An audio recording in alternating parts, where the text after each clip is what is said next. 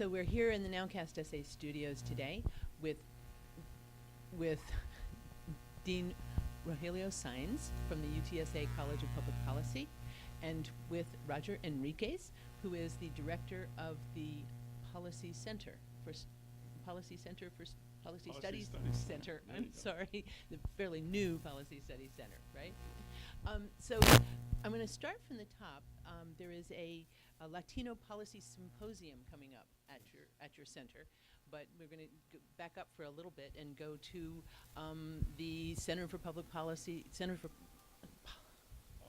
Policy Studies Center, I'm sorry, at UTSA.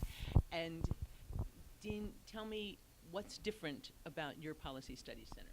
Okay, one of the things that we have in terms of planning this symposium is we have the College of Public Policy, and Roger runs the Policy Studies Center. And one of the absences that you see around the country is that we have a lot of public policy schools and colleges of public policy, as well as centers and institutes that do policy research. But there is very little that focuses on the Latino population. And here at UTSA, we're one of the major Hispanic serving institutions in the country. So this is an area that we really want to engage with the community. And another of the absences that you see is around the country where you have some centers that look at policy research. There is little that looks at the intersection and the interaction between researchers and community activists, for example, people that are working in nonprofit organizations. So this is a way to try to engage both of these to get a fuller picture of the problems as well as solutions that face the Latino population. Well, let's talk a little bit about who's been invited. Yeah. Okay, so what we wanted to do is to have folks from across the state of Texas participate in. So there is a lot of geographical mix. So we have individuals that are involved with nonprofits in the Rio Grande Valley, in Dallas, in Austin, El Paso. So we really tried very hard not to make this sort of a San Antonio-focused policy symposium. These folks are typically what we would say grassroots, right? Folks that are involved, let's say, in issues like housing or education or health and human services, workforce development, things of that nature. Because this is one of those, I think, rare opportunities to have folks that work in the trenches on a daily basis and understand the issues that confront Latino families.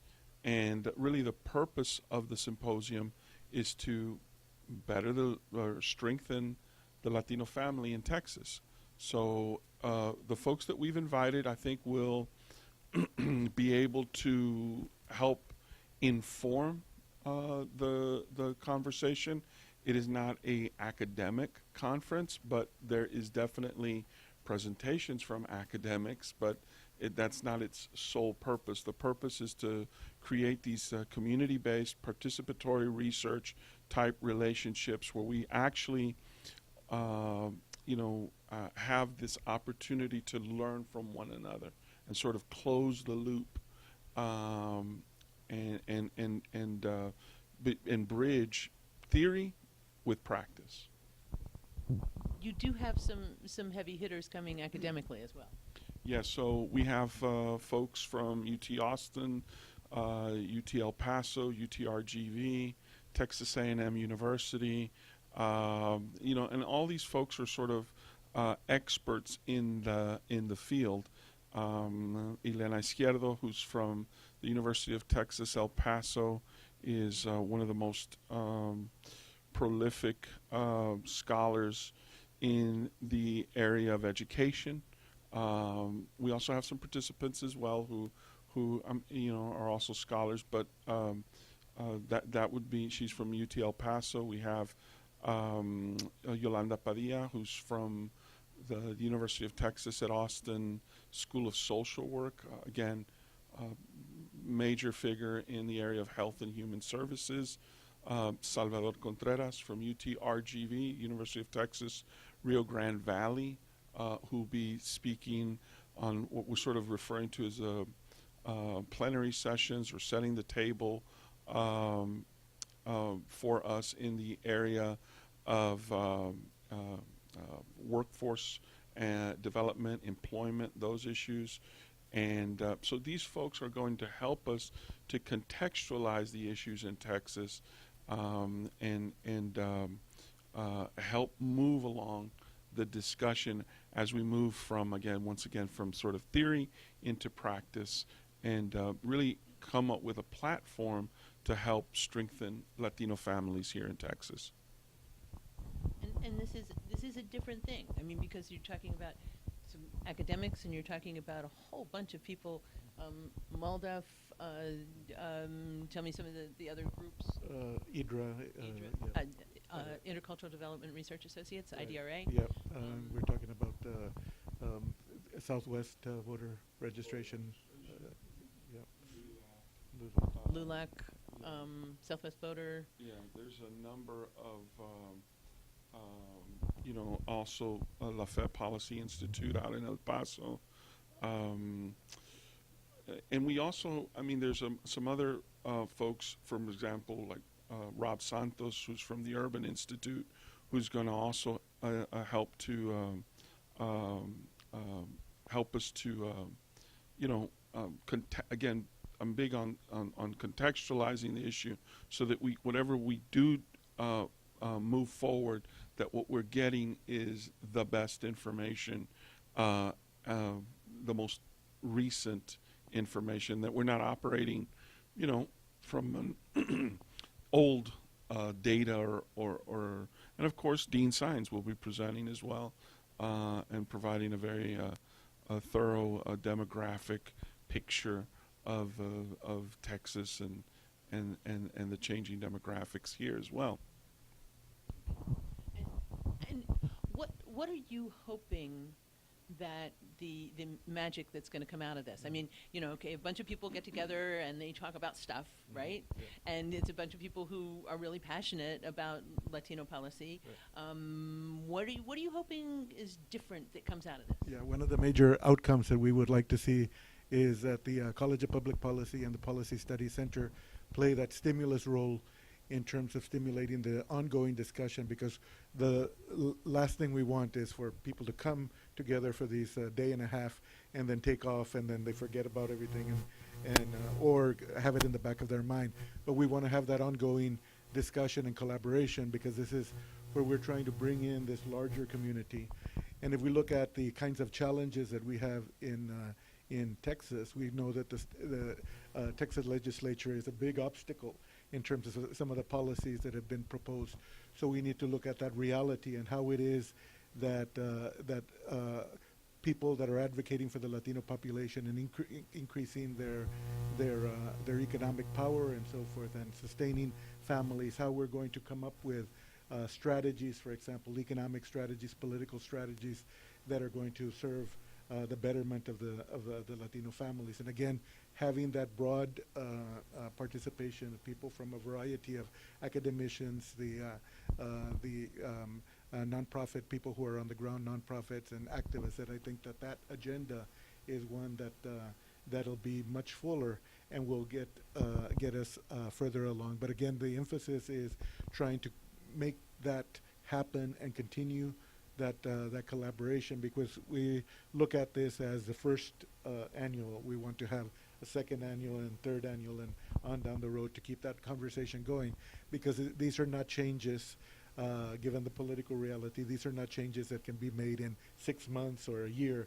This is a long process that involves this collaborative work. Mm-hmm. Everybody who's coming to the table on this has one part or one slice or one perspective on something. I mean, there's a shared vision by folks, but they are coming at it with one way of looking at things.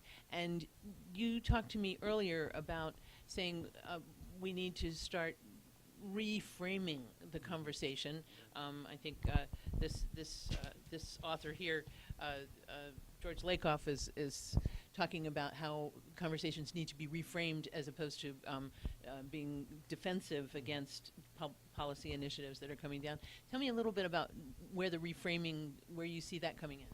Well, there's a number of different areas where, and this is an important aspect of the symposium as well, is so for the in order to sort of begin the whole process of how we frame issues, we first have to sort of get together across these different themes. You know, it's possible that this is maybe one of the first times that someone, let's say, who's quite involved in housing, for example, to actually interact with someone who their primary focus is education. So there's probably some very common things that we don't really even think about very much about how we message things. You know, a sort of a recurring theme. You see this in education. You see this in a number of different workforce development with respect to Latinos. Is you hear folks that say, well, you know, this workforce maybe doesn't possess the skills, or you know, there's a deficit of skills in order to get high-paying jobs. Or so it seems to be like a recurring theme that sort of when you discuss Latinos, that there's always, we're focused in on the deficits, right? The deficits that are involved. And what we're trying to say is, look, you know, let's not look at this in, you know, who is framing that debate?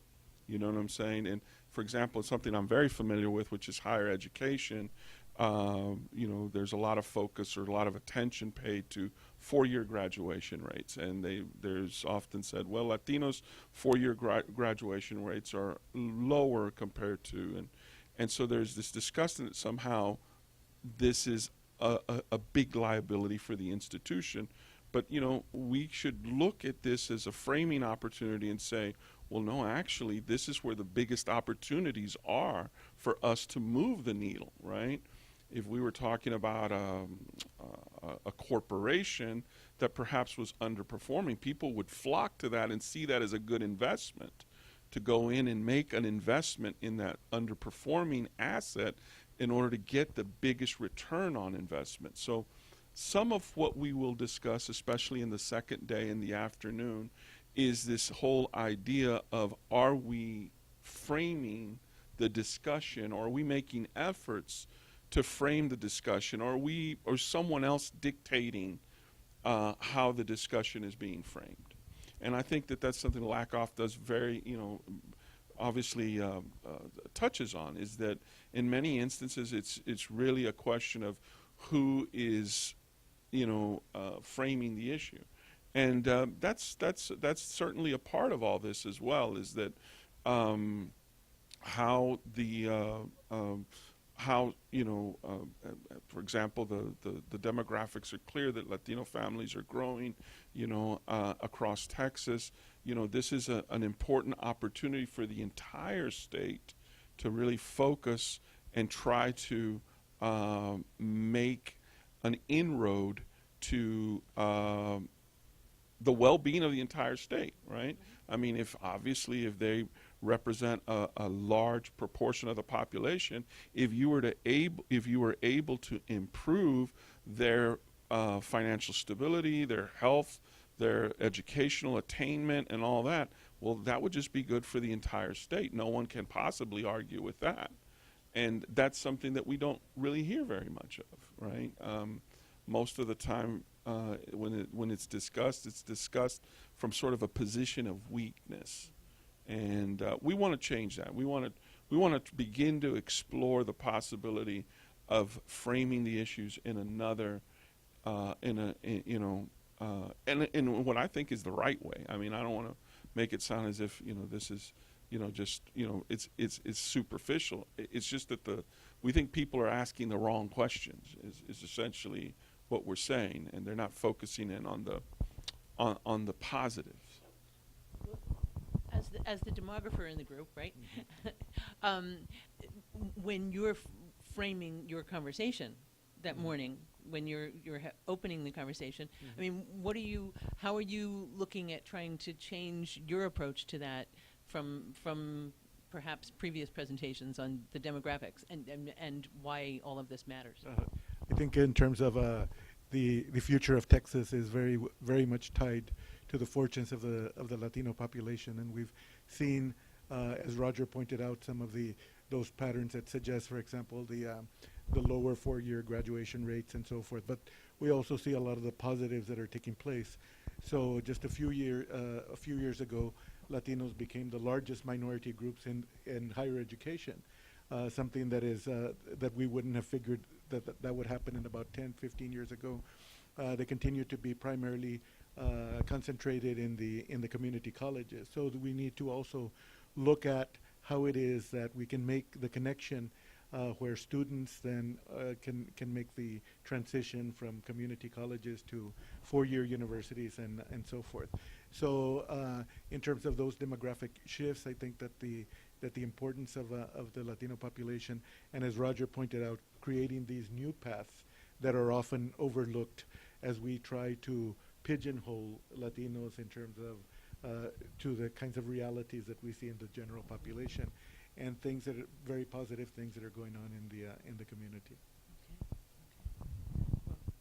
Well, that sounds really exciting. The date for this is May 4th and 5th, right? And people are still registering for this at this point? Yeah, we pretty much finished up with the registration. We have probably over 90 right now from across the state. Again, since we're breaking up into 4, there are plenary sessions, but then there'll be these 4 panels that will actually drill down. And yeah, so these are folks that are working in a particular area, right? So if you're, if what you do is you, for example, work in IDRA, right? IDRA, or if you work with a community-based educational agency, right? Primarily helping students to, get into college or helping families that are in schools and whatnot. So you would probably be in the education work group, and those folks have a facilitator and a scribe, and we've structured it in such a way to be able to drill down to the issues and find some commonality that how could we, what are some of the policies to identify that we could make gains to strengthen Latino families in the area of education. So as each of these groups comes together, then we'll have an opportunity to present essentially what we came up with. And then that'll be a larger discussion on the second day to be able to sort of lay out or create a platform for strengthening the Latino family in Texas. So the other 3 groups are education, health and human services, housing, and workforce development. Yeah, those are the ones that we were working in. And I understand that folks listening probably think this is quite ambitious, but as the dean pointed out, we as a Hispanic serving institution at UTSA feel very strongly that if we don't do it, who will do it? Right? I mean, there is probably not an institution in the country better positioned, better poised to be able to do it, and we see it as a really an obligation to put this together and to put some resources behind it in order to make this come to fruition. And we know that it'll be of benefit not just to the people of San Antonio, but really the entire state and the nation as well, because as the dean also pointed out, I mean, as the Latino community goes, so does the state of Texas. And of course, Texas is one of the most important states in the union. So we feel that this is sort of an opening shot at really having a big impact here in Texas and in the United States. One of the things that I think I see going on in Austin right now that I think you're perhaps trying to address is that we see a policy come across. We want to do this, whether it's the bathroom bill or something, that there's this initiative to push for this, which puts many organizations in the state on a defense basis. But what you're hoping is going to come out of this is that you will have policies, right? You will have policies on this that you're saying, okay, instead of saying we have to figure out how to deal with these cuts in funding for education, we want to come forward and say we have a policy that says we need to figure out how to pay for this education as opposed to how to adapt to cuts, right? Exactly. That's what we're talking about? So we're looking at major policies having to do with the future of Texas, not bathroom bills, for example, and things like that. But what we're doing is looking at education, for example, workforce, housing, as areas that we really, these are very important, critical issues for the well-being of not only Latinos, but the state as a whole, and trying to get that kind of conversation going, and a plan of how we move from A, where we are right now, to place B, to place C, and making advancements in terms of bettering the social economic conditions of Latino families. Okay. As opposed to just responding, right? Exactly. As opposed to responding, it would be saying we have some positive ideas to put forward, and how are we going to get there? But that doesn't happen quickly. Right. I mean, Yeah. if the policy think tanks that have been proposing conservative policies started 20 years ago, right? Or longer, actually. I mean, so, and this is something that's also important, is that, we tend to think that these, the current situation that we find ourselves in just sort of happened or we stumbled into. The reality is that many folks have been working on having precisely these types of policies in place for probably the better part of 40 or 50 years. Many of these things began in the 1970s with the creation of certain think tanks and position papers and folks making major investments in finding top talent to be able to begin to frame the issue and really change the nature of the debate. And so we understand that this is not something that's going to, change in a year or two. I mean, this is a process that is just that, a process of beginning the dialogue, creating those relationships across the state, and then experimenting with different strategies, tactics, and ultimately also measuring as well. I mean, one of the things that is important is that's going to come out of this, and it's already really begun in other things, is what we sometimes refer to as the Bienestar Index, which is just the Latino family well-being here in Texas, and how we measure that, and to see how we're doing with educational attainment, how we're doing with employment, how are we doing with housing, are Latinos purchasing homes, owning homes, and are they getting those homes at competitive rates? Are Latinos graduating from high school, they're graduating from college in a timely way? Are they able to find jobs that that match up with what they went to school for? All these sorts of things. We need to begin the process of also systematically measuring those and seeing how we're doing, so that we can then tweak policies and maybe experiment with different policies in order to improve those outcomes. And that's part of what the Urban Institute is going to be helping a bit with, and you, right? I mean, it's data. Right, because the Urban Institute, if we look nationally, it's one of the prominent centers that deals with these kinds of policy issues. And we're very fortunate that Rob Santos has connections also to San Antonio. Yes, he has that famous brother who yeah. right? What is his first name? Yeah, John the cousin, yeah. And so he's going to play a prominent role in giving us ideas on how it is that the Urban Institute started, the work that they're doing with the hopes of providing that spark, for example, that ignites thinking on a big scale in terms of what it is that we could do on a similar basis here in the state of Texas. That's some lofty goals. Yeah. Okay. Well, thank you. Oh, Thank you thank both you. so very much for spending some time talking about this, and I'm looking forward to this. Nowcast is going to have its cameras on at least part of this. Okay. We will be there, and for as the conversation develops beyond this. Fantastic. Anyway, Thank you. anyway. Thank you very much. Thank you.